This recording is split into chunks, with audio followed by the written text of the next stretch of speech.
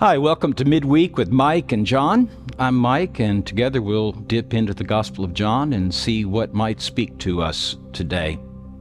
Most of us are pretty familiar with the Shepherd Psalm, Psalm 23. The Lord is my shepherd, I shall not want. He maketh me to lie down in green pastures. He leadeth me beside the still waters.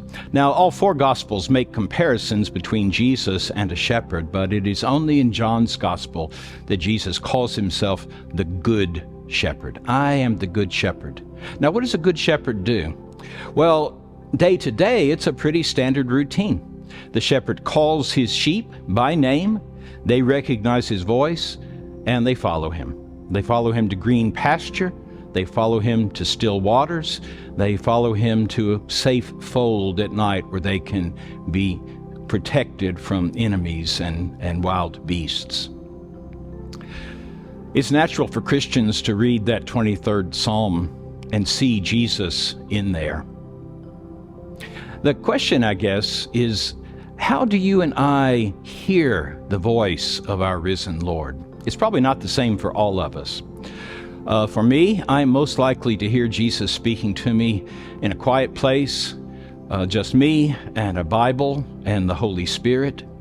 Drop me off at Gethsemane Abbey near Bardstown for 3 or 4 days of total silence, and I am in heaven. That may sound horrible to you.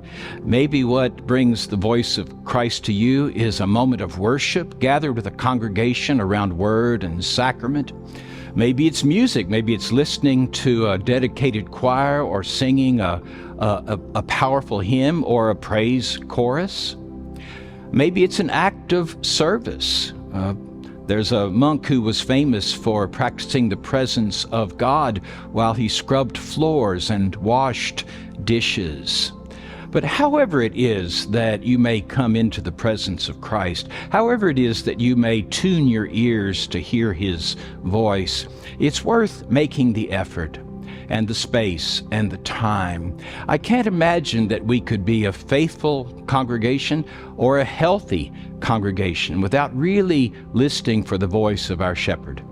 And of course, having heard that voice, then to follow to green pastures we couldn't find on our own, to follow to still waters that we would never discover without the guidance of our shepherd.